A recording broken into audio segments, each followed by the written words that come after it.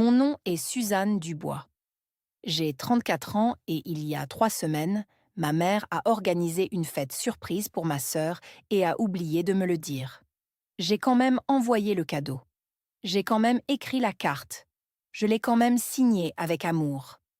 Puis, ma grand-mère m'a appelée et a prononcé 7 mots qui ont mis fin à 11 ans de silence dans cette famille.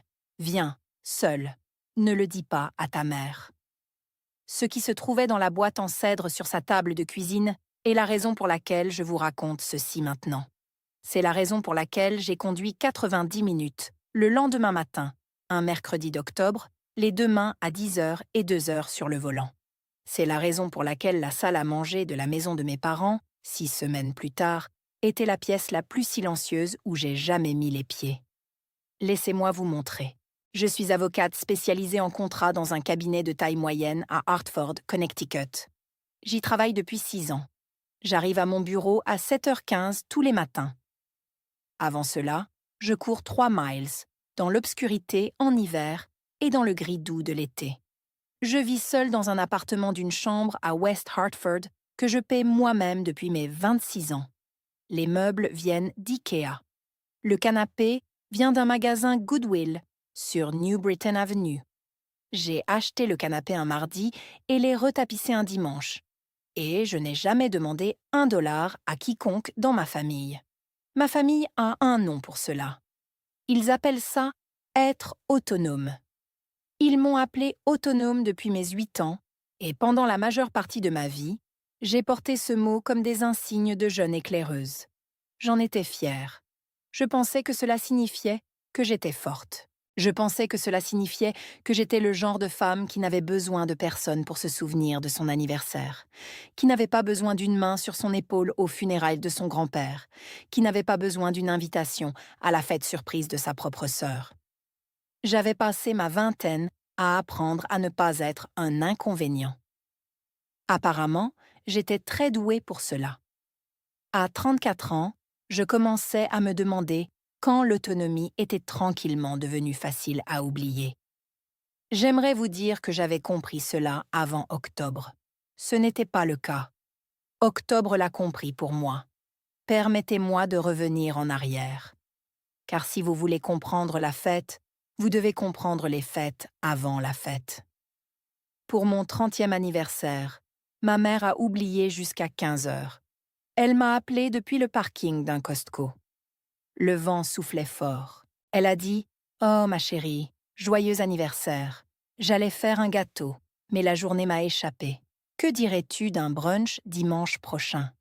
Le dimanche prochain est devenu le dimanche suivant, puis, d'une manière ou d'une autre, le mois de mars suivant. Pour le 30e anniversaire de ma sœur Sophie, 6 mois plus tard, ma mère a fait appel à un traiteur pour 40 personnes. Il y avait un gâteau d'une boulangerie française à Avon, un plan de table calligraphié et une sculpture de glace qui ressemblait vaguement à un flamant rose. Ma mère l'avait planifié depuis juin. Pour ma remise de diplôme de MBA, il y a 10 ans, mes parents ont manqué la cérémonie pour une dégustation de mariage de Sophie. Ils m'ont dit « Dimanche, nous ferons quelque chose, dimanche ». Le dimanche est devenu jeudi. Le jeudi n'est jamais arrivé. J'ai encadré mon propre diplôme. Il est accroché au-dessus de la commode IKEA. Debout à côté du cercueil de mon grand-père à 23 ans, ma mère s'est penchée et m'a demandé d'aider à porter le sac à main de Sophie, parce que Sophie pleurait. J'avais un registre des oublis. Je ne l'avais simplement pas encore relu dans l'ordre. Je tiens à être claire avec vous sur un point. Je n'ai jamais pensé que ma mère était cruelle. Je pensais qu'elle était une femme qui aimait une fille qui avait bruyamment besoin d'elle, et que j'étais l'autre fille, la silencieuse, celle dont elle pouvait se reposer. J'avais construit toute une identité autour de cette interprétation. C'était, il s'avère, l'interprétation la plus coûteuse de ma vie. Le mardi où j'ai découvert la fête était un mardi comme les autres. Café froid, 3 contrats ouverts, ma boîte Outlook pleine. Je faisais défiler Instagram pendant ma 2e tasse, ce que je n'aurais pas dû faire à 10 heures du matin, mais je le faisais. Ma cousine Margot avait posté une histoire. Des ballons dans le jardin de mes parents, un gâteau, 22 visages que je connaissais. La légende disait, en rose, surprise. Ma cousine préférée Sophie a 31 ans. J'ai zoomé sur la photo. Ma mère était au centre, riant, portant le pull en cachemire que je lui avais offert pour Noël. Mon père était au barbecue. Bruno, mon beau-frère, portait un plateau de verre. 22 personnes, mon oncle, mes 2 tantes, mes 2 grands-parents paternels, Manon, Théo, un voisin. L'horodatage indiquait samedi. 2 jours plus tôt. On ne m'avait pas prévenu. On ne m'avait pas appelé. On ne m'avait pas mentionné. J'ai posé mon téléphone sur le bureau, écran vers le haut. Je ne l'ai pas repris pendant 1 minute entière. J'ai regardé le contrat sur mon écran et j'ai lu 3 phrases, sans en absorber aucune. Puis, j'ai repris mon téléphone et j'ai fait une capture d'écran. Je ne l'ai envoyé à personne. Je l'ai juste gardé. J'ai fini mon café. J'ai fermé le contrat. J'ai ouvert un nouvel onglet et j'ai cherché, sans raison particulière que je puisse nommer, la différence entre les fiducies révocables et irrévocables selon la loi du Connecticut. J'ai lu pendant 40 minutes. Je suis allée à une réunion à 13 heures et j'ai posé de bonnes questions. J'ai appelé ma mère à 19 heures ce soir-là. Elle a décroché à la 4e sonnerie. « Salut ma chérie », a-t-elle dit. « Salut maman. Comment s'est passée ta journée ?»« Bien. »« Maman, y a-t-il eu une fête pour Sophie samedi ?» Il y eut une pause. Elle fut plus longue qu'elle n'aurait dû l'être. « Oh ma chérie, nous allions te le dire. Tout s'est organisé si vite. » J'ai laissé le silence s'installer. Margot a posté 3 semaines de préparatifs, ai-je dit. Une autre pause. Je l'ai entendu ouvrir un placard. Ma chérie, ton père et moi, nous savons comment tu es avec les grandes foules et tu as été tellement débordée de travail. Et Sophie, tu sais comment elle est quand elle est stressée. Et elle traversait ce problème avec la mère de Benoît. Et nous avons juste pensé. Qu'avez-vous pensé ? Elle a expiré. C'était le soupir d'une femme sur le point de prononcer une phrase qu'elle avait déjà répétée. J'ai pensé que tu serais trop occupée. J'ai fermé les yeux. J'avais déjà entendu cette phrase. J'en avais entendu une version pour mon 30e anniversaire, quand elle avait dit que la journée m'avait échappé. Je l'avais entendue le dimanche de la remise des diplômes, quand elle avait dit que nous ferions quelque chose plus tard. Je l'avais entendue pendant 34 ans, juste reformulée à chaque fois. « Maman », ai-je dit. J'avais besoin de savoir que ma sœur fêtait ses 31 ans. Eh bien, je te le dis maintenant. Savoir n'est pas la même chose qu'être invité. Suzanne, s'il te plaît, ne sois pas dramatique. Nous sommes une famille. Je n'ai pas répondu à celle-là. J'ai dit bonne nuit et j'ai raccroché la première. Je me suis assise sur le canapé que j'avais acheté pour 200 $ un mardi. J'ai posé mon téléphone sur la table basse Ikea. Puis je me suis levée et j'ai pris mon manteau. Il y a une papeterie rue Pratt, dans le centre-ville de Hartford, qui reste ouverte jusqu'à 20 heures les soirs de semaine. Je savais qu'elle serait ouverte. J'y étais déjà allée pour acheter des cartes de remerciement pour mes clients. Je me suis garée. Je suis entrée. J'ai choisi une carte artisanale, en lin crème avec des brins dorés incrustés sur le devant. 8 $. J'ai payé en espèces. J'ai ramené la carte à la maison. Je me suis assise à mon bureau sous la lampe. J'ai écrit de mon écriture soignée d'avocate spécialisée en contrat. Sophie, joyeux 31e anniversaire. J'espère que cette année t'apportera tout ce que tu désires. Avec amour, Suzanne. Je l'ai lu. Je l'ai relu. Je n'ai rien barré. Puis je suis allée en ligne et j'ai commandé la bougie diptyque dont Sophie parlait sur les réseaux depuis 6 mois. Figuier, 180 $, livraison le lendemain. Je l'ai fait envoyer à son adresse. L'étiquette d'expédition s'était remplie automatiquement parce que je lui avais déjà commandé des choses. La ligne d'adresse indiquait 12 Maple Lane, Litchfield, Connecticut. L'ancienne ferme de mon grand-père. Sophie y vivait sans loyer depuis le printemps 2019. Je n'avais jamais demandé comment cela fonctionnait. Je n'avais jamais pensé à demander. La maison était allée à ma mère. Quelqu'un l'avait expliqué aux funérailles pour la garder en sécurité. Sophie avait eu besoin d'un endroit après sa rupture avec son petit ami de Chicago. Ma mère lui en avait donné un. J'avais 28 ans, plongée dans mes examens du barreau et mes contrats, et j'avais hoché la tête sans chercher à en savoir plus.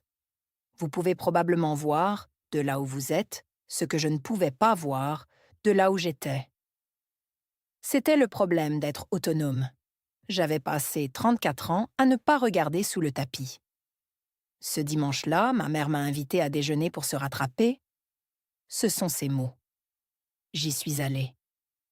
J'ai roulé 40 minutes jusqu'à la maison de mon enfance, à West Hartford. Je me suis garée derrière la Lexus IS blanche de Sophie dans l'allée. J'ai sonné à la porte. Ma mère m'a serré longuement dans ses bras. Sophie m'a aussi serré dans ses bras. Elle sentait le parfum que je ne lui avais pas acheté et a dit « Tu as l'air si fatiguée, ma sœur. Tu devrais vraiment prendre du repos. » « Je vais bien, ai-je dit. « Merci. » Le rôti était sur la table quand je me suis assise. Mon père a découpé la viande. Ma mère a fait passer les haricots.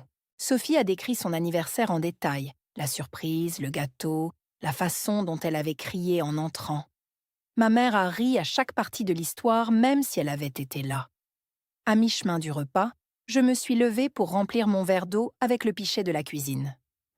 Sur le comptoir de la cuisine, entre le grille-pain et une pile de courrier, se trouvait ma bougie diptyque, non ouverte. La boîte blanche était immaculée. Dessus, la carte en lin crème que j'avais écrite, non ouverte. L'enveloppe était encore scellée. Mon écriture était visible sur le devant. En dessous des deux, un bon de réduction pour une pizza. Je n'ai rien dit. J'ai rempli mon verre d'eau.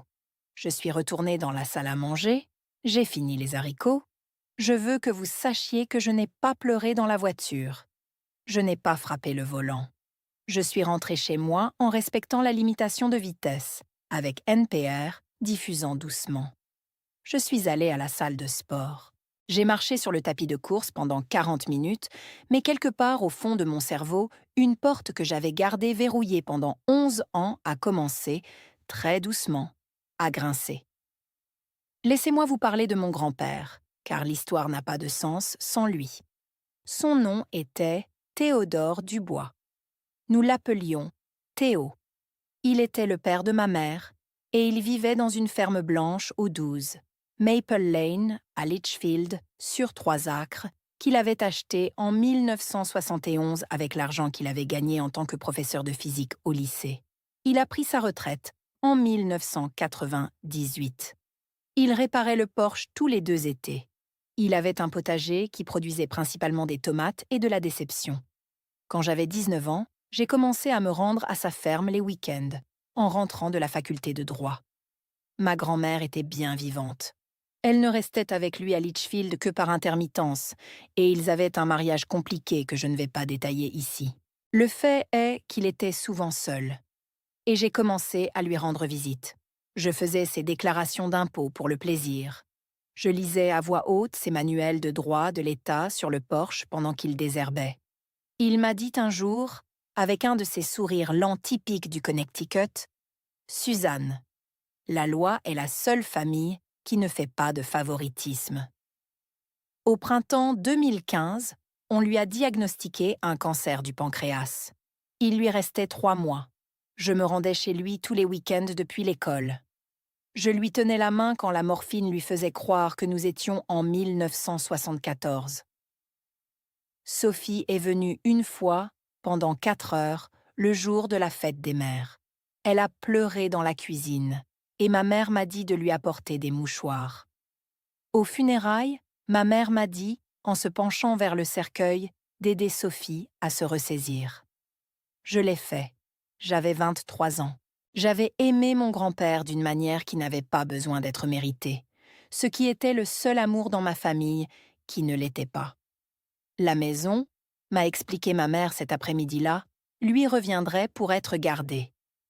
Je n'ai posé aucune question. J'avais 23 ans. Je lui faisais confiance. Ce fut l'erreur. Je veux vous présenter une autre personne avant que nous n'arrivions à la boîte en cèdre, car c'est elle qui l'y a mise. Ma grand-mère, Viviane Dubois, a 79 ans. Elle vit seule maintenant dans l'ancienne ferme que sa sœur lui a laissée, dans le comté de Litchfield, à environ 40 minutes, au nord de l'endroit où se trouvait la maison de mon grand-père. Elle porte des gilets en laine en octobre. Elle ne possède pas de four à micro-ondes.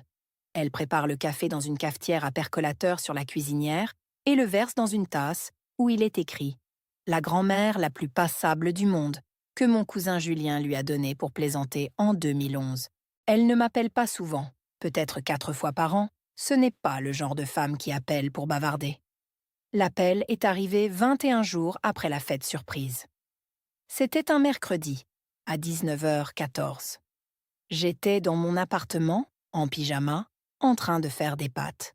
L'eau commençait tout juste à bouillir. L'écran s'est allumé. Grand-mère Viviane. J'ai décroché d'une voix enjouée. Je décrochais toujours d'une voix enjouée avec elle parce qu'elle aimait que je sonne comme une petite fille normale, ce qui était rarement le cas. Salut grand-mère. Suzanne. Juste ça, juste mon nom. Pas de bonjour. J'ai baissé le brûleur à 2. Grand-mère, tout va bien? Elle l'a dit comme si elle avait répété. Viens, seule. Ne dis rien à ta mère. J'ai serré la cuillère en bois. Grand-mère, qu'est-ce qui ne va pas? J'ai besoin que tu viennes demain matin avant 9h. N'apporte rien. Ne dis à personne où tu vas. Grand-mère, c'est ta santé? Est-ce que tu... Ce n'est pas ma santé. Je te verrai demain. Elle a raccroché avant que je puisse répondre. L'eau de mes pâtes a débordé et a sifflé sur le brûleur. J'ai fixé ma cuisinière pendant ce qui a probablement été 20 secondes. L'odeur d'amidon brûlé a rempli la cuisine. Elle ne m'avait pas demandé de venir seule depuis 11 ans. La dernière fois, mon grand-père était en train de mourir. J'ai quitté mon appartement à 5h45 le lendemain matin. Le ciel était encore de ce violet plat d'octobre avant le lever du soleil. Je n'avais pas beaucoup dormi. Je n'avais rien emporté parce qu'elle m'avait dit de ne rien faire. Le trajet jusqu'au comté de Litchfield prend environ 90 minutes si l'on prend les routes secondaires. J'ai pris les routes secondaires.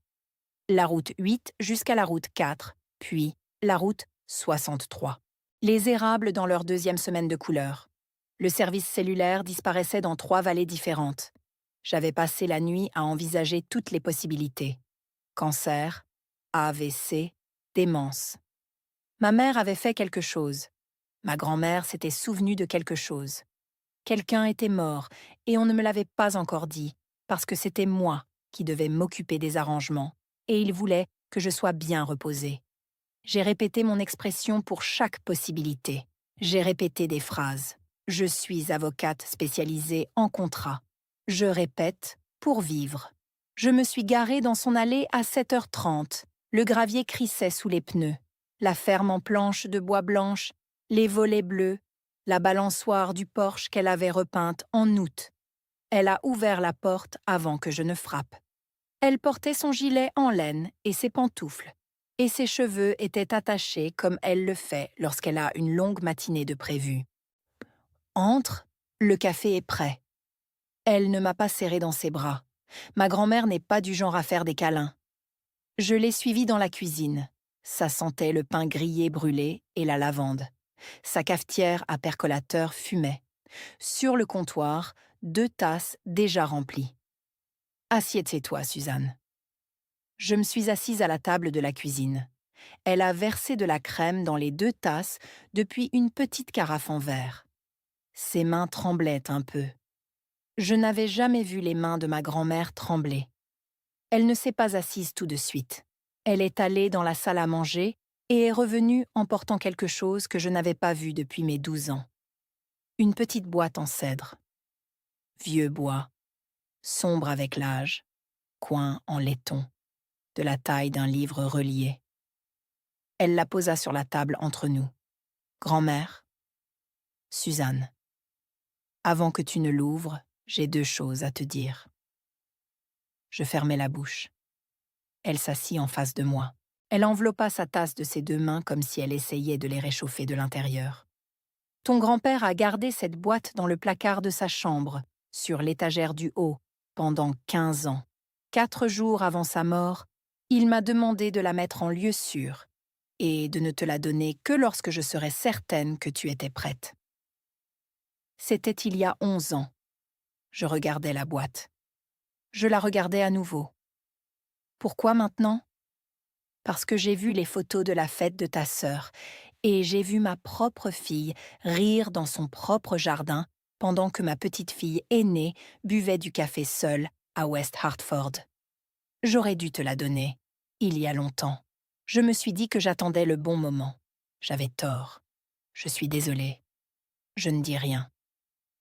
La deuxième chose. Quoi que tu décides de faire de ce qu'il y a à l'intérieur, c'est à toi de le décider.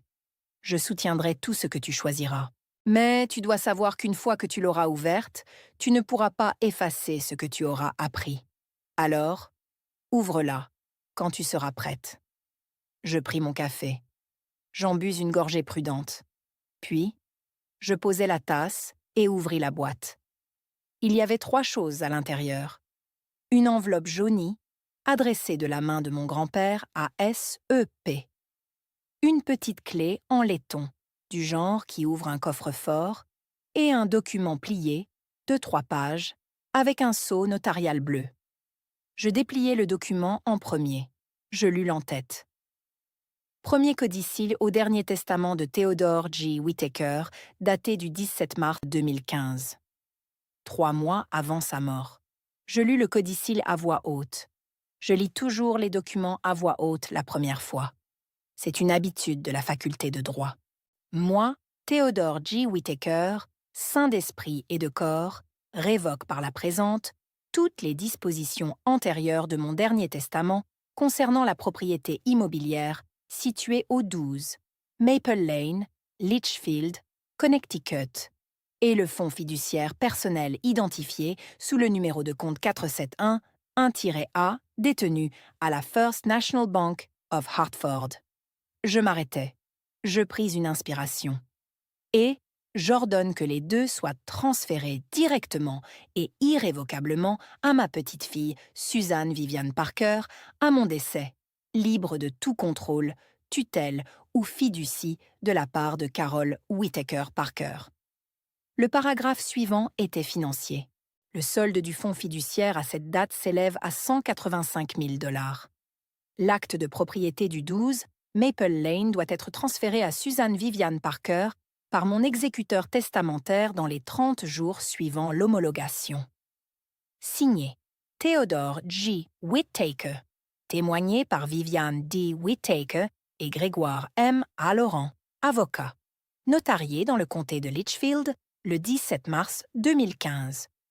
Je posai le document sur la table. Ma grand-mère dit « Maintenant, lis la lettre. » Je pris l'enveloppe jaunie. Je brisai le sceau avec mon ongle. 3 pages à l'intérieur, écrites de l'encre bleue penchée de mon grand-père.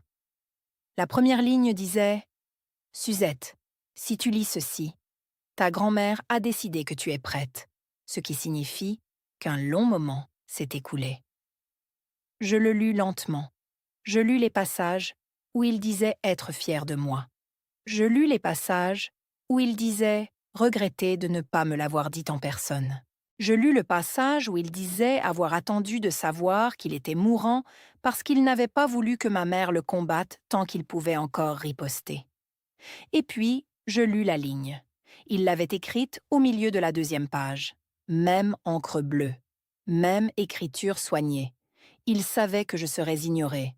Je lus la ligne 2 fois. Il continua. Ta mère t'aime comme elle s'est aimée, ce qui est moins que ce que tu mérites. Elle s'est toujours dit que c'était de la gentillesse, que ta sœur avait plus besoin. Ce n'est pas de la gentillesse. C'est une histoire qu'elle se raconte. Je ne serai pas là pour la corriger. Alors, je la corrige maintenant avec du papier. La maison est à toi. Le fonds est à toi. Ils l'ont toujours été. Je posai la lettre sur le codicile très délicatement. Je ne pleurais pas. J'avais passé 11 ans à être la fille qui n'en avait pas besoin. Je n'allais pas briser cette habitude en tenant la preuve. Je regardais ma grand-mère. Pourquoi cela n'a-t-il jamais été déposé? Elle hocha lentement la tête. Elle attendait cette question depuis 11 ans. Ta mère s'est rendue chez lui le matin après sa mort. Elle m'a dit qu'elle allait faire ses valises. Elle est revenue chez moi avec une boîte d'archives. Le brouillon non signé de son bureau était à l'intérieur. Elle l'a brûlé dans la cheminée de sa maison un samedi. Je l'ai regardé. Je laissais cela reposer sur la table à côté du codicille et de l'original signé. Elle fit glisser la clé en laiton vers moi. Coffre-fort 0731, First National Bank, agence d'Asylum Street, centre-ville de Hartford. Grégoire l'y a mis le même après-midi où ils ont signé. Il me dit « Viviane, ne laisse personne te dire que cela n'est pas arrivé. J'ai payé les frais du coffre pendant 11 ans, 58 $ par an, soit 638 $ au total. La police d'assurance, la moins chère de ma vie. Je tenais la clé en laiton. Elle était chaude de sa main. Pourquoi ne me l'as-tu pas dit aux funérailles? Parce que tu avais 23 ans et que tu étais en deuil, et que ta mère est ma fille. Je me suis dit qu'un bon moment viendrait. J'ai appris cet automne que le bon moment n'arrive jamais tout seul. Il faut le provoquer. Pourquoi l'as-tu provoqué maintenant? Parce que j'ai fait défiler les photos d'anniversaire de ta sœur dimanche matin, et je me suis assise dans ma cuisine, en comptant 22 visages dans le jardin de ton père, et le tien n'y était pas. Et j'ai pensé, Théodore se serait levé et serait parti. Grand-mère, je ne te demande pas de me pardonner. J'en ai juste assez de regarder. Elle posa sa main à plat sur le codicille. Quoi que tu décides de faire, je témoignerai. Je signerai tout ce qui doit être signé. Les courriels de Grégoire sont dans un dossier de mon placard de couloir. Tout ce que j'ai est à toi. Je serrai la clé en laiton dans ma main. Je quittai la maison de ma grand-mère à 11h15. Je la serrai dans mes bras à la porte, ce qui était la première fois que je la serrais dans mes bras depuis les funérailles. Elle ne dit pas « Je t'aime ». Elle dit « Conduis prudemment et appelle-moi quand tu auras décidé ». La boîte en cèdre était sur le siège passager. Je l'attachai avec la ceinture de sécurité. Je ne sais pas pourquoi. Je pense que c'est parce que rien d'autre dans ma vie qui comptait n'avait jamais nécessité de ceinture de sécurité. Je roulais vers le sud sur la route 63. Les érables étaient plus lumineux qu'ils ne l'avaient été 3 heures plus tôt. Je veux que tu saches à quoi je ne pensais pas. Je ne pensais pas à ma mère. Je ne pensais pas à Sophie. Je ne répétais pas une confrontation dans ma tête. Je ne pleurais pas. Je n'étais même pas en colère, pas encore. Je pensais au droit des contrats. Je pensais au délai de prescription du Connecticut pour manquement à l'obligation fiduciaire qui est de 6 ans à compter de la découverte et comment aujourd'hui était le premier jour. Je pensais à la déclaration de succession simplifiée que ma mère avait dû déposer en avril 2015 et à quel point cela avait été facile et à quel point cela n'aurait pas été le cas si quelqu'un avait posé une seule question. Je pensais au fonds fiduciaire. Et où vont 185 000 $ quand personne ne regarde? Je pensais à la carte de vœux que j'avais envoyée à Sophie 3 semaines plus tôt, qui était restée non ouverte sur un comptoir de cuisine dans une maison qui m'appartenait légalement. Au moment où je repassais dans le comté de Hartford, j'avais formulé 3 phrases dans ma tête. La première était « J'ai besoin d'un avocat spécialisé en succession qui ne connaisse pas ma mère ». La deuxième était « J'ai besoin d'une copie de tous les registres fonciers du comté pour le 12, Maple Lane ». La troisième était « Je ne vais pas élever la voix une seule fois ». Je me garais sur mon parking à 12h52 de l'après-midi. Je montais la boîte en cèdre sur 2 étages. Je commençais à taper à 1h10. La première chose que je fis fut de me connecter au portail des registres fonciers du comté de Hartford. J'avais un abonnement par le travail. Je recherchais le 12, Maple Lane, Litchfield. L'historique de propriété défila sur l'écran. De 1987 à 2015, Théodore J. Dubois, propriétaire unique. Avril 2015, 1 mois après son décès, transféré à Carole Dubois-Mercier, par une déclaration de succession simplifiée, déposée au tribunal des successions de Litchfield. La déclaration était un formulaire d'une page. Je cliquais sur le PDF numérisé. Il y avait la signature de ma mère. Il y avait le tampon du notaire. Un magasin UPS sur Maple Avenue à Hartford. Un timbre de 2 $. Un rendez-vous de 2 minutes. Elle était entrée dans un magasin UPS un mercredi et avait réécrit la dernière volonté de mon grand-père pour le prix d'un sandwich. Je fis défiler plus loin. Novembre 2019, transféré de Carole Dubois, Mercier à Sophie Dubois, Mercier. Valeur déclarée, 1 $.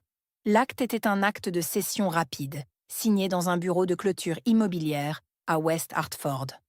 1 $. Je sortis le codicille de la boîte en cèdre. Je le posai à côté de mon ordinateur portable.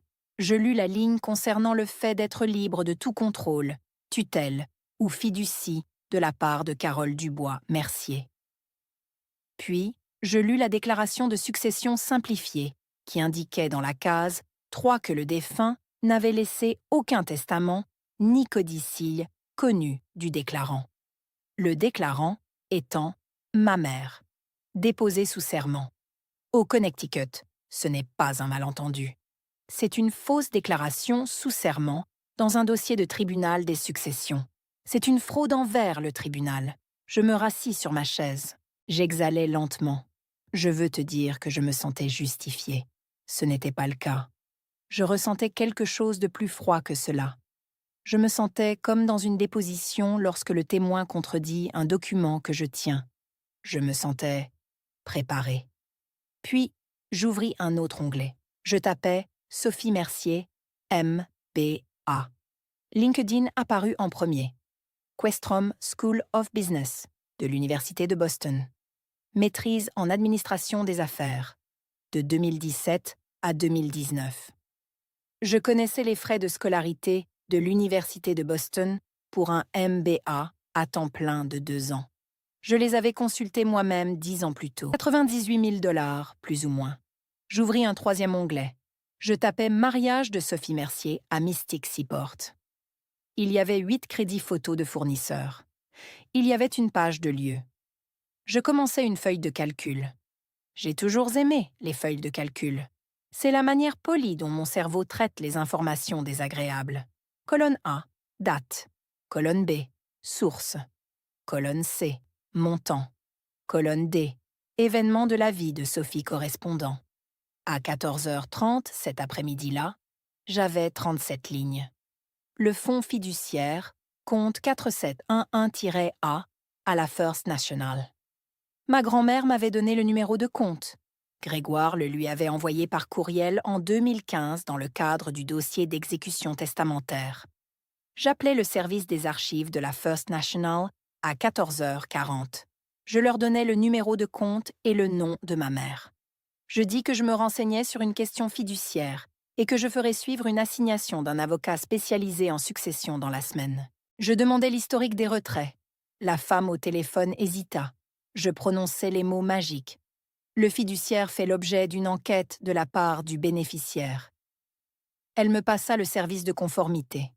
À 16h, j'avais l'imprimé dans mon courriel. Carole Parker, en tant que fiduciaire désignée, avait effectué les retraits suivants du compte 4711-A. Septembre 2017, 94 300 $ virés au bureau de l'économe de l'Université de Boston. Décembre 2019, 22 800 $ virés à Lexis Financial Services. Août 2022, 31 400 $ virés à Mystic Seaport, Catering et à 3 comptes de fournisseurs.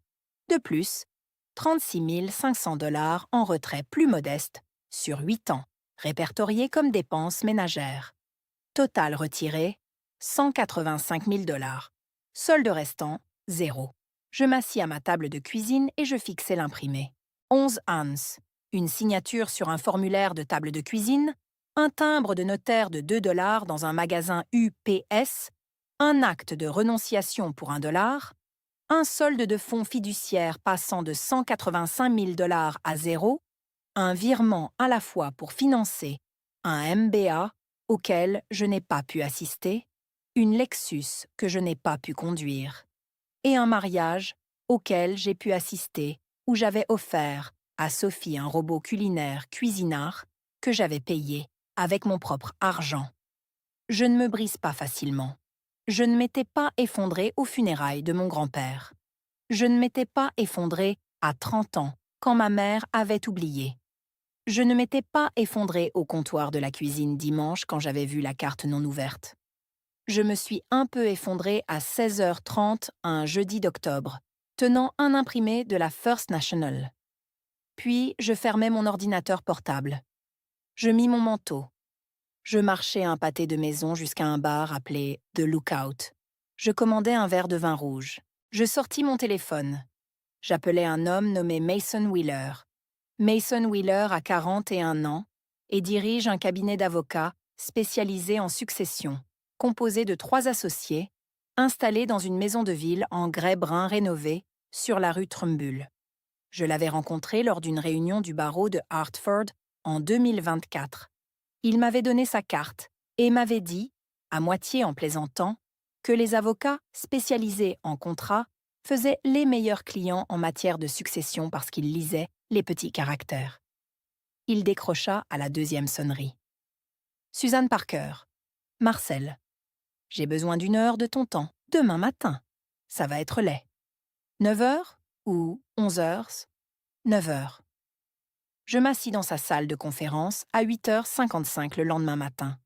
J'avais la boîte en cèdre dans un sac fourre-tout. Je déposais le codicille, la lettre, la clé en laiton, l'imprimé des registres du comté et l'imprimé de la First National sur sa table, par ordre chronologique. Il lut pendant 22 minutes. Il prit 2 pages de notes. Il siffla une fois, doucement, lorsqu'il arriva à l'affidavit de succession simplifiée. « Le codicille n'a jamais été déposé, dit-il. « Correct. Alors c'est pire pour eux et mieux pour toi. Le Connecticut a un délai de prescription de 6 ans pour la violation du devoir fiduciaire, mais la règle de la découverte s'applique. Ton horloge a commencé hier. » J'acquiesçais. « Suzanne, je dois être prudent avec toi. Tu es avocate. Tu voudras faire ça toi-même. Ne le fais pas. Je ne le ferai pas. » Il posa son stylo. « Dis-moi, en une phrase, ce qu'elle t'a dit au téléphone mardi. » Je fermai les yeux. Elle avait dit « Je pensais que tu serais trop occupée. » Marcel resta silencieux un instant. « Suzanne, ta mère t'a dit ça mardi. Mercredi, ta grand-mère t'avait remis 11 ans de preuves. Tu n'as pas été trop occupée. Tu as été trop gentille. » Je ne répondis pas. « Nous allons déposer discrètement. Nous allons assigner la banque. Nous allons demander à ta grand-mère de prêter serment sur un affidavit. Et ensuite, nous allons faire cela en personne, dans une seule pièce, avec tout le monde. » Nous nous rendîmes à la First National sur la rue Asylum cet après-midi-là. Marcel et moi. Je m'enregistrai au guichet des coffres-forts. L'employé sortit la boîte 0731 du mur. Je tournai la clé en laiton. La serrure cliqua. À l'intérieur du tiroir métallique, une chemise cartonnée de couleur chamois. Je la sortis. La chemise contenait l'original signé du codicille, sur un papier plus épais que la copie dans la boîte en cèdre. Même sceau de notaire. Même encre bleue. Une 2e chemise en dessous contenait les échanges de courriels de Grégoire à Laurent avec ma grand-mère de mars 2015 à juillet, date à laquelle il avait archivé le codicille dans les dossiers de son cabinet. Il y avait aussi 2 lettres de Grégoire à mon grand-père, confirmant que le codicille avait été exécuté conformément à ses instructions. Grégoire avait été minutieux. Grégoire avait été un homme prudent. Grégoire était décédé en 2018 dans un délit de fuite sur une route à Avon. Le conducteur n'avait jamais été retrouvé. Je ne crois pas que cela ait quoi que ce soit à voir avec cette histoire. Je tiens à être claire à ce sujet. Parfois, les avocats meurent, c'est tout. Marcel photographia tout. Nous remîmes les originaux dans la boîte. Nous partîmes.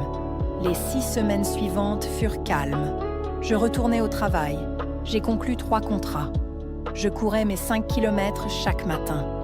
Je ne répondais pas aux messages de ma mère, au-delà d'un simple « occupé par le travail ». À bientôt. Les vendredis soirs, je rentrais à mon appartement et lisais la procédure successorale du Connecticut, me préparant comme je l'avais fait pour l'examen du barreau. Mark déposa une requête scellée au tribunal des successions de Hartford le 3e mardi de novembre. Il assigna la First National. Il se rendit à la ferme de ma grand-mère et recueillit sa déposition sous serment. Un expert comptable judiciaire traça chacun des retraits de la fiducie. Marc me dit un jeudi de la 2e semaine de décembre que nous étions prêts. Je lui dis que je voulais le faire un dimanche, le même jour de la semaine que la fête surprise. J'envoyai le message un mardi après-midi. Il était destiné à ma mère, avec une copie cachée à mon père. J'aimerais passer dimanche à 14 heures. J'ai quelque chose de familial à discuter. Veuillez demander à papa, Valérie et Benoît d'être là. J'aimerais aussi que tante Marguerite et tante Lynn viennent si elles sont disponibles. J'ajoutais une ligne de plus. Grand-mère se joindra à nous. J'appuyais sur envoyer. Je posais mon téléphone face contre mon bureau. Je retournais à mes contrats. Ma mère appela dans les 10 minutes. Je décrochais à la 2e sonnerie, car décrocher à la première aurait semblé préparé, et à la 4e, impoli. Ma chérie, qu'est-ce que c'est? Pourquoi tant de formalités? Ne peux-tu pas simplement venir dîner? Je préférerais dimanche à 14 heures avec tout le monde. Marguerite et Lynn n'ont pas besoin d'être impliquées dans les affaires de famille. J'aimerais qu'elles soient là. Tu me fais peur, Suzanne. S'agit-il de la fête? Parce que nous en avons déjà parlé et ma chérie, dimanche à 14 heures. Elle marqua une pause. Je pouvais entendre sa respiration changer. Bien sûr, ma chérie, bien sûr. Dimanche à 14 heures, je ferai un rôti. Elle raccrocha. 12 minutes plus tard, Valérie m'envoya un message. Salut ma sœur. Maman a dit que tu avais quelque chose à partager dimanche. Je prends juste des nouvelles. Ça va? On prendrait un café avant? C'était la première fois en 4 mois que Valérie m'envoyait un message sans y joindre de requête. Je ne répondis pas. Si vous avez déjà été la personne calme dans une famille chaotique et que ce calme a été confondu avec de l'indifférence, je vous comprends. Restez avec moi. Dimanche n'est plus qu'à 2 jours. La boîte en cèdre est déjà sur ma table de cuisine. Je ne répondis pas au message de Valérie. Je ne répondis pas non plus au message de suivi, 2 heures plus tard, qui disait « Bon, ambiance bizarre. Mais je t'aime, ma sœur. À dimanche. » Je veux vous raconter ce qui se passait à l'autre bout de ce message, bien que je ne l'ai appris que plus tard de tante Marguerite. Ma mère passa le reste du mardi soir à appeler des gens. Elle appela Valérie en premier. C'était le message avec l'émoji cœur. Elle appela ensuite tante Marguerite et lui dit, d'une voix que tante Marguerite décrivit comme du miel versé sur du gravier, que Suzanne traversait l'un de ces moments dramatiques et que Marguerite devrait, s'il te plaît, venir dimanche pour aider à désamorcer la situation. Tante Marguerite dit qu'elle viendrait. Ma mère appela tante Lynn à 21 heures. Tante Lynn fut moins polie à ce sujet. Tante Lynn dit « Carole, qu'as-tu fait ?» Et ma mère répondit « Je n'ai aucune idée de ce dont elle parle. » Tante Lynn me dit plus tard qu'elle pouvait dire, à la cadence de la phrase, que ma mère savait exactement de quoi elle parlait. Tante Lynn était mariée au frère de ma mère depuis 41 ans. Elle connaissait la voix menteuse de sa belle-sœur mieux que le sifflement de son propre mari. Le mercredi matin, ma cousine Manon m'avait appelée. Elle avait eu des nouvelles de sa mère. Elle dit « Suzanne, que se passe-t-il » Je répondis « Manon, je te verrai dimanche. » Elle dit « Dois-je venir ?» Je répondis « Seulement si tu le souhaites. » Elle vint. Je passais cette semaine comme je passe la semaine précédant une déposition. Je dormais 7 heures par nuit. Je buvais de l'eau. Je repassais 2 tenues et choisis la seconde. Je ne regardais pas mon téléphone après 20 heures. Je le laissais sonner. Le samedi soir, la boîte en cèdre était sur ma table de cuisine, à côté de ma mallette, à côté des clés de ma voiture. Je me couchais à 22 heures. Je dormis 8 heures. Je n'avais pas aussi bien dormi depuis mes 12 ans. Je veux prendre un instant pour parler de ma sœur, car je n'ai pas encore assez dit à son sujet, et je veux être juste.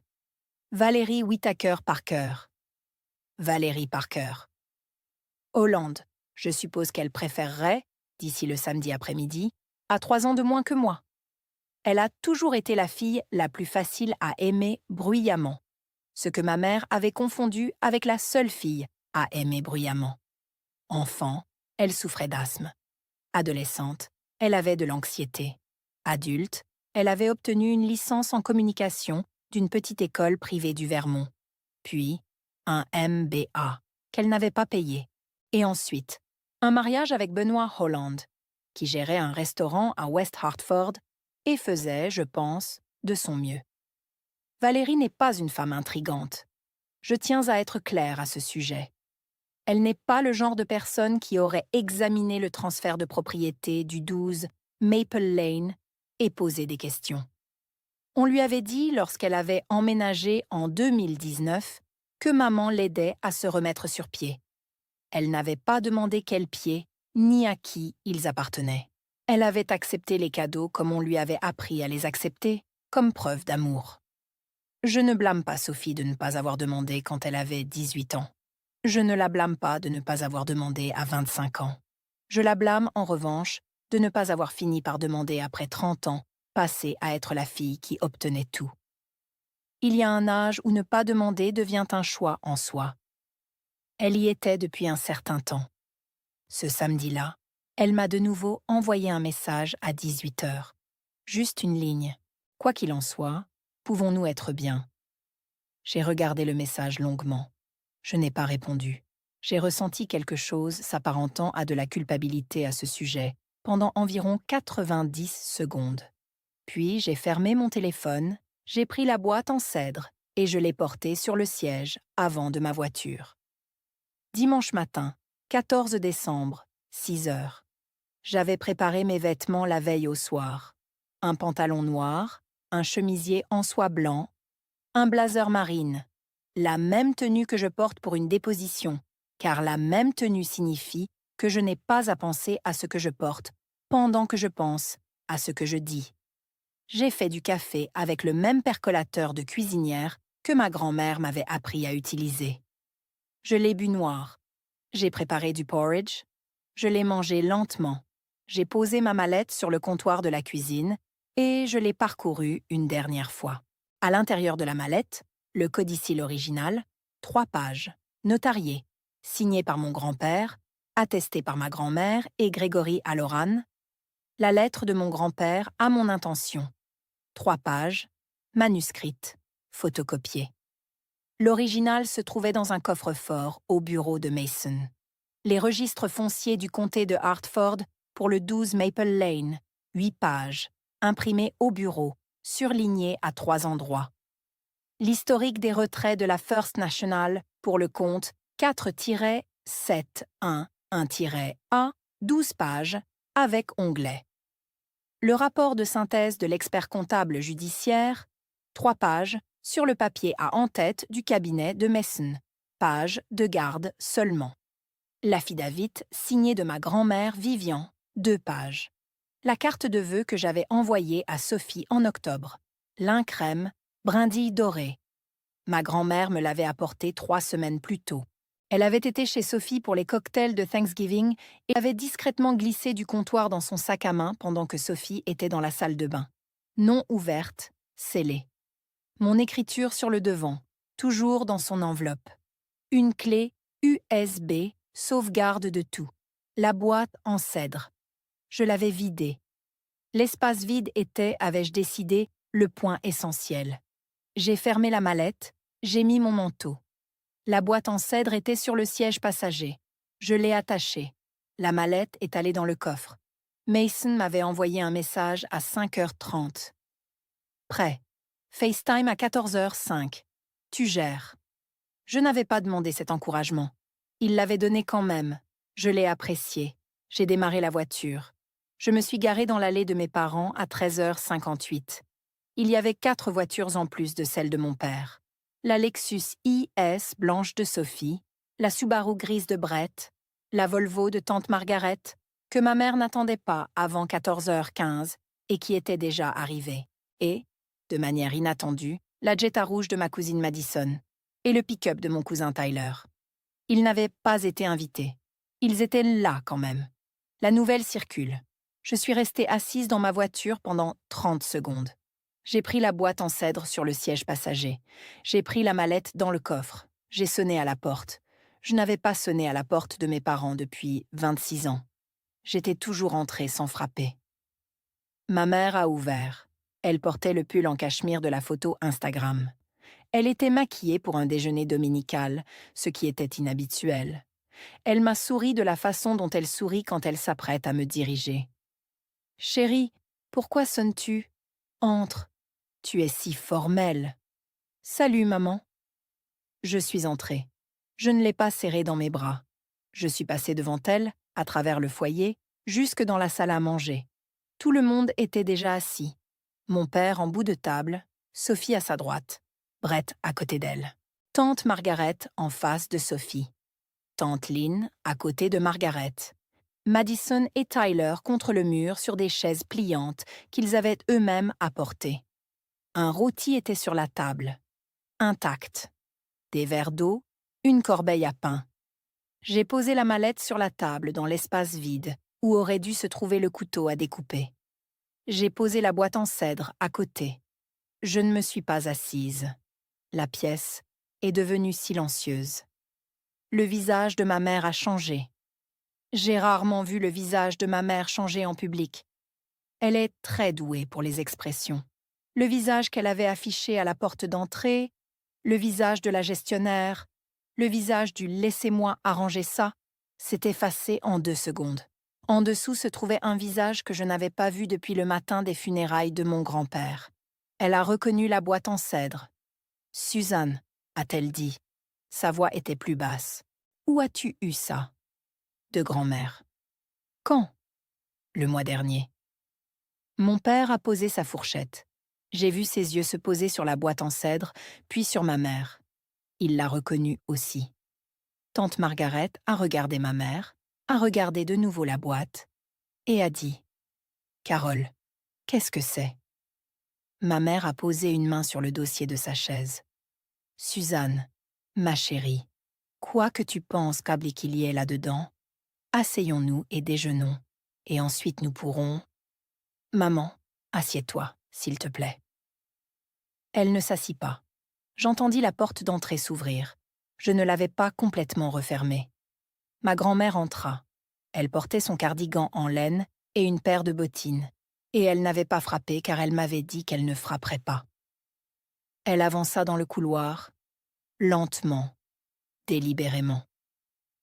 Elle s'arrêta au bout de la salle à manger, en face de mon père. Elle posa son sac à main sur le buffet.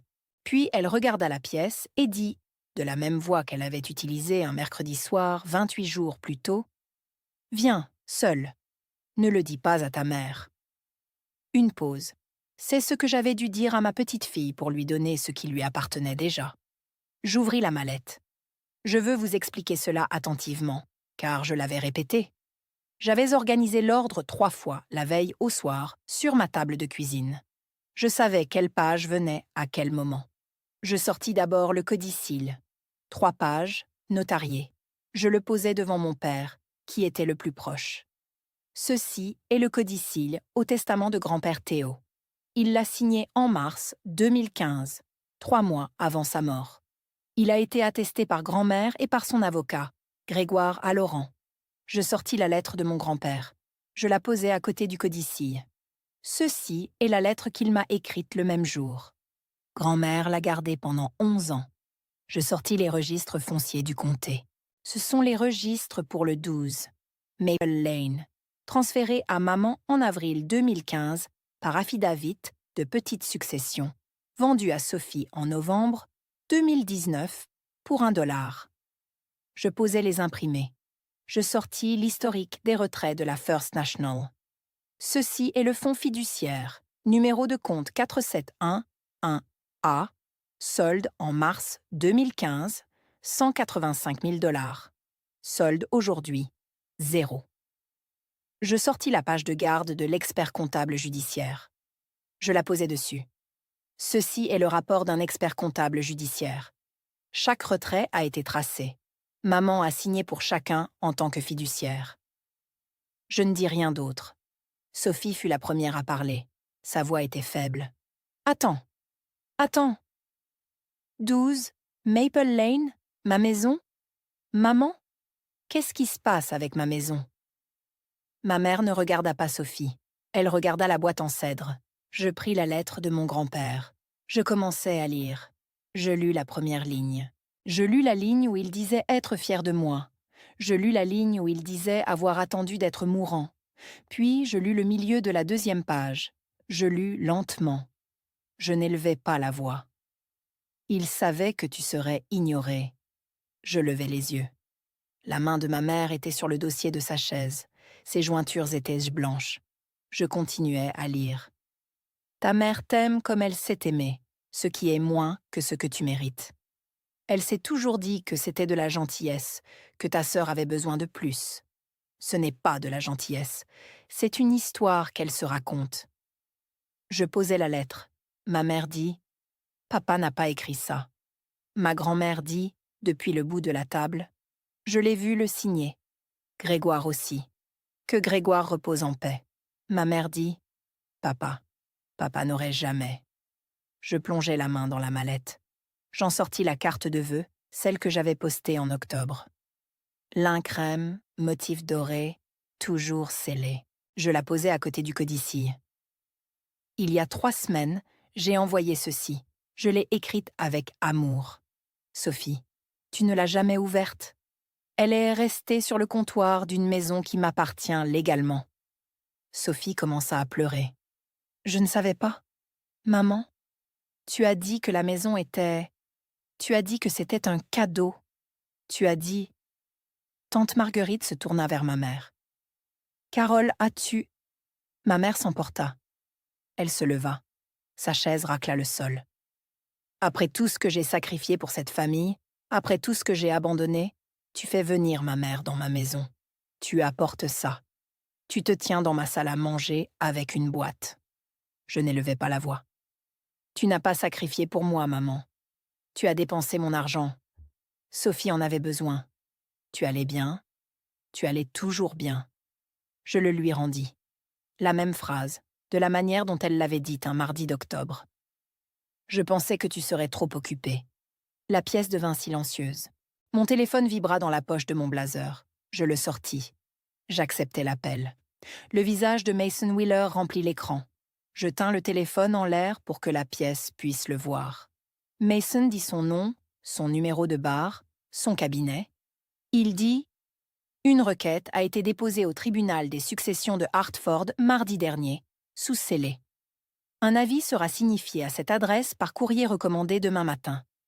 Carole, vous voudrez retenir les services d'un avocat dès aujourd'hui. » Ma mère fixa l'écran.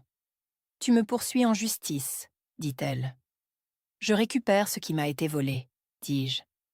Il y a une différence. » Mon père n'avait pas encore parlé. Il avait regardé ses mains. Il avait des mains d'ingénieur, des doigts carrés, l'ongle du pouce droit encore légèrement violet, là où il l'avait frappé avec un marteau à l'occasion de la fête de Thanksgiving. Il plia sa serviette une fois. Il la plia de nouveau. Il leva les yeux. Suzanne. Papa. Je savais. Ma mère dit, d'une voix plus acérée que je ne l'avais jamais entendue, « Richard, ne fais pas ça. » Il ne la regarda pas. Je savais pour le codicille. Ton grand-père me l'a dit la semaine avant de mourir. Il m'a dit qu'il avait pris soin de toi. J'ai dit à ta mère de le déposer. Elle a dit qu'elle le ferait. J'aurais dû m'en assurer. Je suis désolée, Suzy. Je le regardais pendant ce qui me sembla une éternité. Ce ne fut probablement que 4 secondes. Papa, j'apprécie que tu dises cela. Je sais que ça ne change rien. Mais tu as regardé pendant 11 ans. Il hocha la tête. Il ne discuta pas. J'avais besoin que tu t'en assures. Je sais. Je ne lui dis rien de plus. Il n'y avait plus rien à dire dans cette pièce à cet instant. Ma grand-mère dit, du bout de la table, « Carole, tu dois appeler un avocat aujourd'hui. » Ma mère s'assit. Elle fixa la boîte en cèdre. Elle ne dit rien. 6 mois plus tard, la 2e semaine de juin, le tribunal des successions de Hartford rendit son jugement. Le codicille fut admis. La déclaration de succession simplifiée fut annulée. Le titre de propriété du 12, Maple Lane, fut ordonné de me être transféré. Sophie reçut 90 jours pour quitter les lieux. Benoît leur trouva une location de 2 chambres à West Springfield. Ma mère fut condamnée à rembourser 47 000 $ de retrait bancaire directement traçable pour le ménage. Le tribunal réduisit la demande initiale car son avocat avait soutenu de bonne foi que le MBA avait été achevé et ne pouvait être annulé. J'acceptais la réduction. Je n'avais jamais tout voulu. J'avais voulu la vérité sur papier. 3 mois plus tard, la Lexus de Sophie fut saisie. Elle refinançait le prêt depuis 2 ans. Lorsque l'argent de la fiducie cessa, les calculs ne tinrent plus. Tante Marguerite cessa de parler à ma mère en mars. Tante Lynn cessa en avril. Ma cousine Manon m'appela un mercredi de mai et dit « J'aurais dû te parler de la fête dès que je l'ai publiée, et je suis désolée. » Je la remerciai. Je lui dis que ce n'était pas son rôle de savoir. Ma mère ne m'appela pas. Mon père m'envoya un seul SMS pour mon anniversaire en avril. « Je pense à toi, Suzy. Je t'embrasse, papa. » Je ne répondis pas. Je n'ai pas encore répondu. Sophie m'envoya une lettre en juillet. 3 pages. Manuscrite. Je la lus une fois. Je la mis dans un tiroir. Je n'ai pas encore décidé quoi en faire. Ma grand-mère et moi dînions tous les mercredis de janvier à mai. Nous ne parlions pas de ma mère. Nous parlions de son jardin. Je déménageais au 12, Maple Lane, le 2e samedi de mai. Je donnais un préavis de 4 semaines à mon propriétaire de West Hartford. J'emballais ma commode Ikea. J'emballais mon canapé d'occasion. J'emballais les 8 cartons de manuels de droit des contrats que je me disais vouloir donner depuis 6 ans. Je louais un camion de déménagement. Ma grand-mère arriva avec une casserole et un thermos de café et supervisa depuis une chaise pliante sur le porche pendant que 2 étudiants que j'avais engagés auprès d'un service de déménagement transportaient les affaires. La cuisine sentait encore légèrement le cèdre. La rampe du porche était lâche à un endroit, le même endroit que mon grand-père avait prévu de réparer l'été où il était tombé malade. J'achetai un tube de colle à bois à la quincaillerie de Litchfield un dimanche. Je le réparais.